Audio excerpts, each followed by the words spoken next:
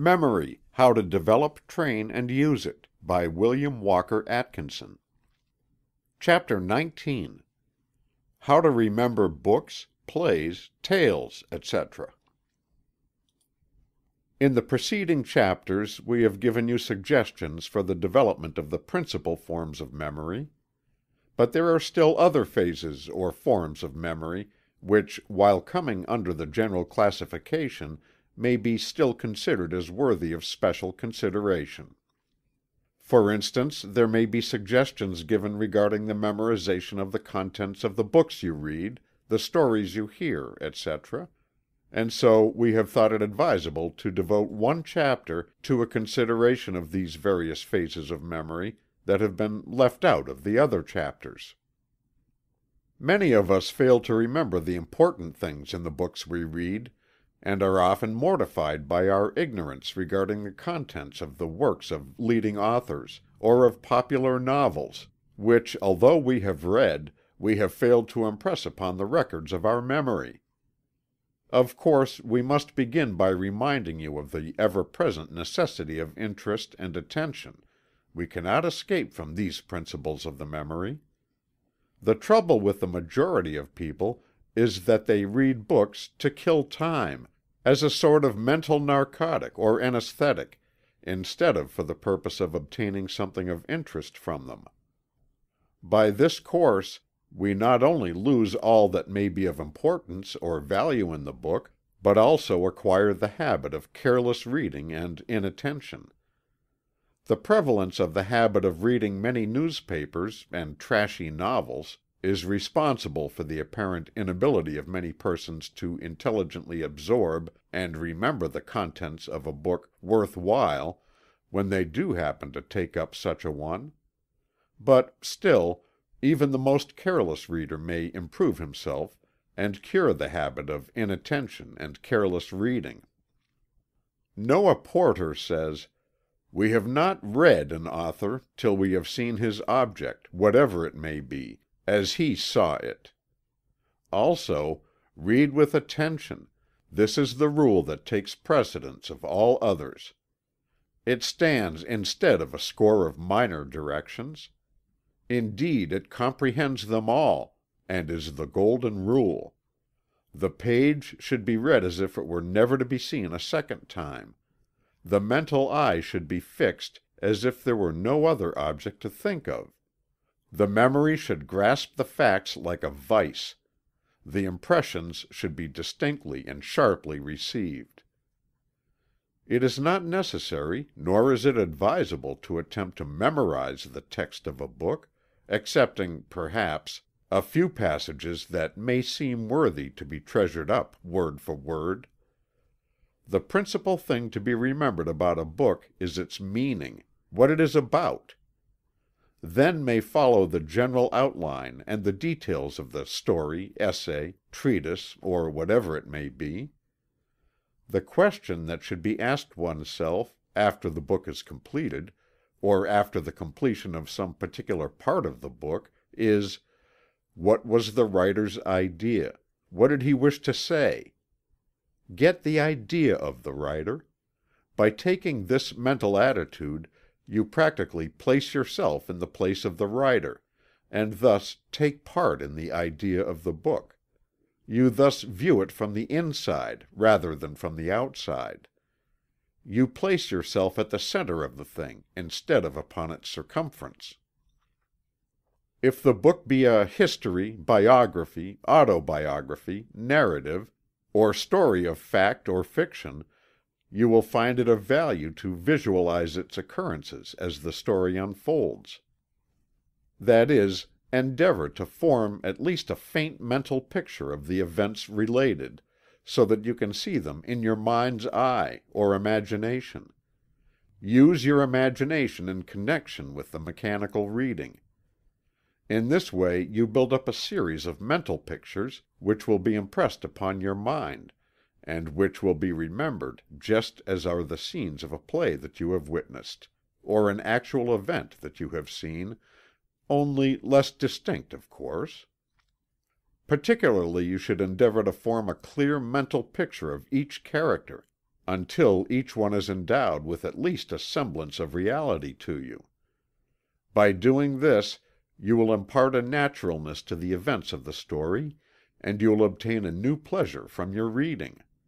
Of course, this plan will make you read more slowly, and many trashy tales will cease to interest you, for they do not contain the real elements of interest, but this is no loss, but is a decided gain for you. At the end of each reading, take the time to mentally review the progress of the story. Let the characters and scenes pass before your mental vision as in a moving picture. And when the book is finally completed, review it as a whole. By following this course, you will not only acquire the habit of easily remembering the tales and books that you have read, but will also obtain much pleasure by rereading favorite stories in your imagination, years after.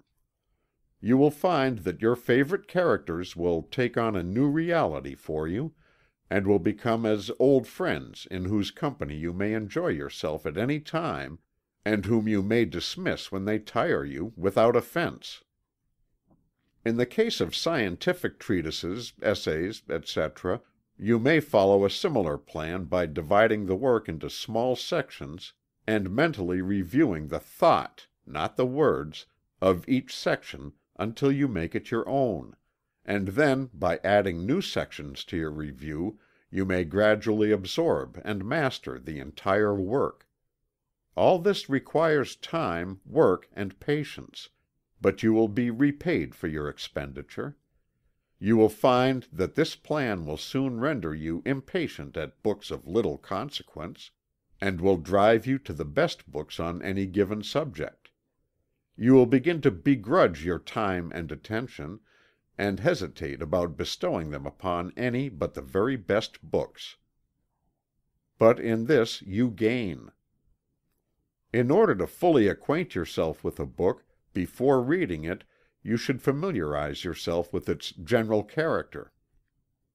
To do this, you should pay attention to the full title, and the subtitle if there be any, the name of the author, and the list of other books that he has written, if they are noted on the title page, or the one preceding it, according to the usual custom. You should read the preface and study carefully the table of contents, that you may know the field or general subject covered by the book. In other words, endeavor to get the general outline of the book, into which you may afterwards fill in the details. In reading a book of serious import, you should make it a point to fully grasp the meaning of each paragraph before passing on to the next one. Let nothing pass you that you do not understand, at least in a general way. Consult the dictionary for words not familiar to you, so that you may grasp the full idea intended to be expressed. At the end of each chapter, section, and part, you should review that which you have read until you are able to form a mental picture of the general ideas contained therein. To those who wish to remember the dramatic productions that they have attended, we would say that the principles above mentioned may be applied to this form of memory as well as to the memory of books. By taking an interest in each character as it appears, by studying carefully each action and scene, and then reviewing each act in the intervals between the acts, and by finally reviewing the entire play after your return home, you will fasten the whole play as a complete mental picture on the records of your memory. If you have acquainted yourself with what we have just said regarding the recollection of the contents of books, you will be able to modify and adapt them to the purpose of recollecting plays and dramatic productions. You will find that the oftener you review a play, the more clearly you will remember it. Many little details overlooked at first will come into the field of consciousness and fit into their proper places. Sermons, lectures, and other discourses may be remembered by bestowing interest and attention upon them, and by attempting to grasp each general idea advanced, and by noting the passage from one general idea to another. If you will practice this a few times, you will find that when you come to review the discourse, and this you should always do, it is the natural way of developing memory, the little details will come up and fit into their proper places. In this form of memory, the important thing is to train the memory by exercise and review. You will find that at each review of a discourse you will have made progress. By practice and exercise, the subconscious mentality will do better work, and will show that it is rising to its new responsibilities. You have allowed it to sleep during the many discourses to which you have listened, and it must be taught new habits. Let it know that it is expected to retain that which it hears, and then exercise it frequently by reviews of discourses, and you will be surprised at the degree of the work it will perform for you. Not only will you remember better, but you will hear better and more intelligently. The subconsciousness, knowing that it will be called upon later on to recollect what is being said, will urge you to bestow the attention necessary to supply it with the proper material. To those who have had trouble in remembering discourses, we urge that they should begin to attend lectures and other forms of discourse, with the distinct purpose of developing that form of memory.